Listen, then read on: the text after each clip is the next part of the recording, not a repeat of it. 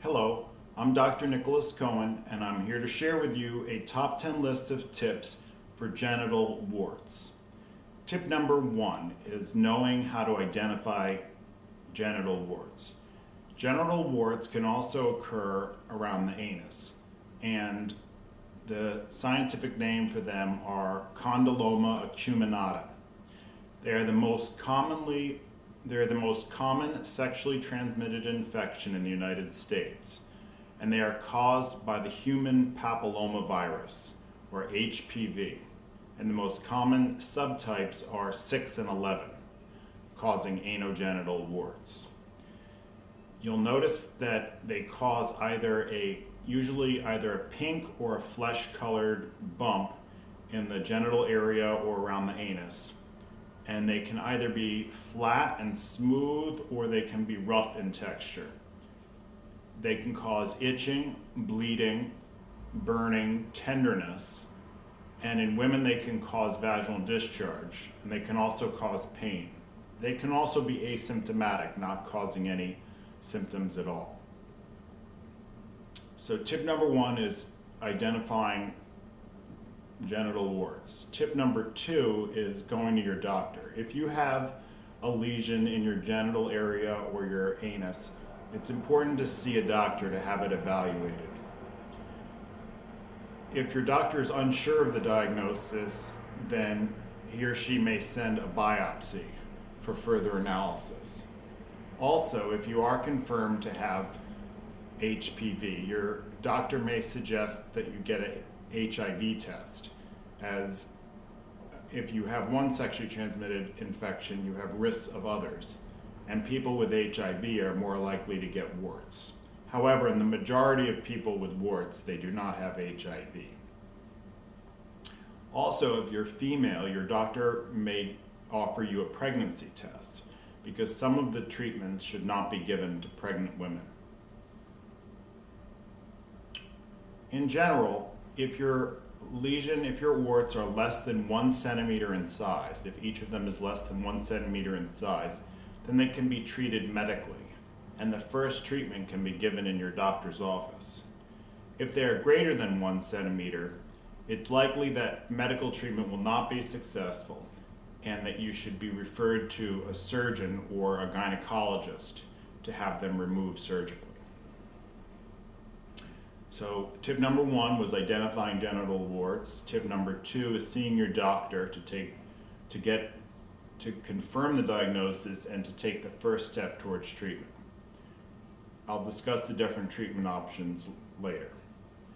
Tip number 3, to prevent genital warts, it's important to limit the number of sexual partners that you have. This is the single most important thing to do in preventing genital warts. Limit the number of sexual partners. It's best to only have one sexual partner. And this is not only to prevent HPV, but to prevent all sorts of sexually transmitted infections. Tip number 4 is consistent condom use.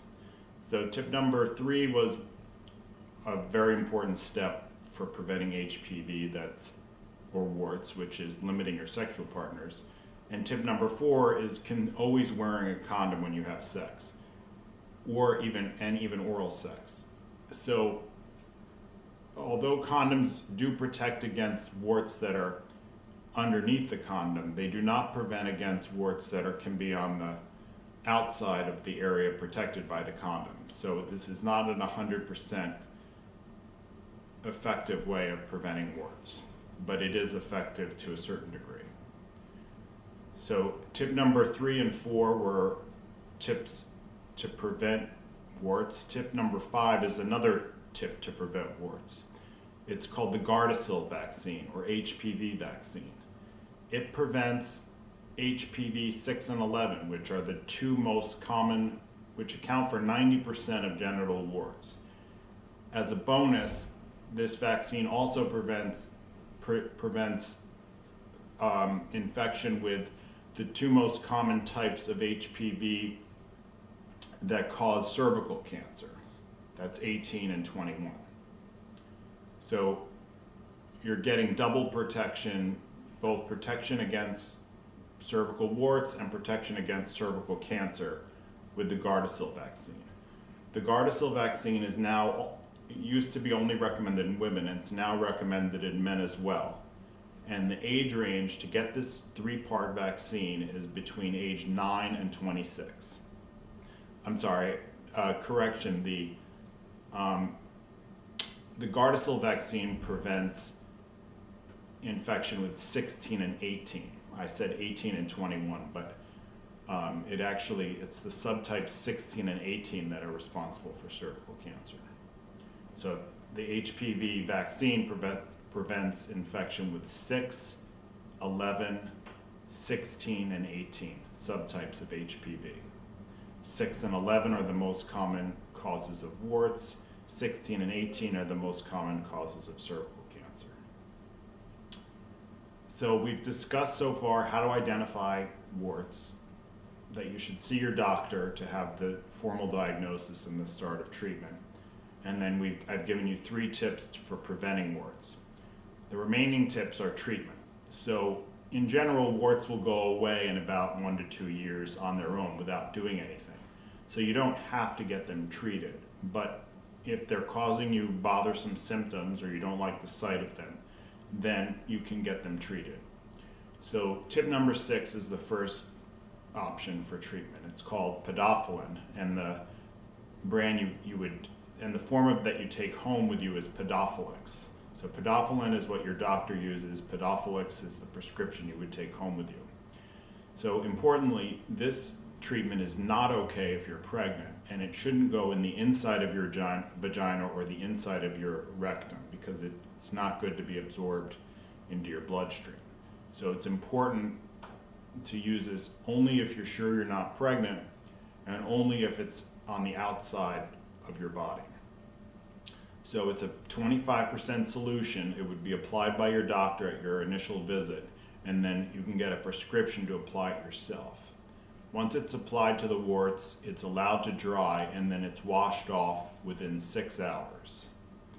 It should be applied twice daily, but no more than a half a milliliter should be applied total over the day. And it should be applied for 3 days, so twice a day for 3 days, and then a rest period for 4 days. And then you can repeat this cycle for up to 4 times. So that's the first option, podophyllin or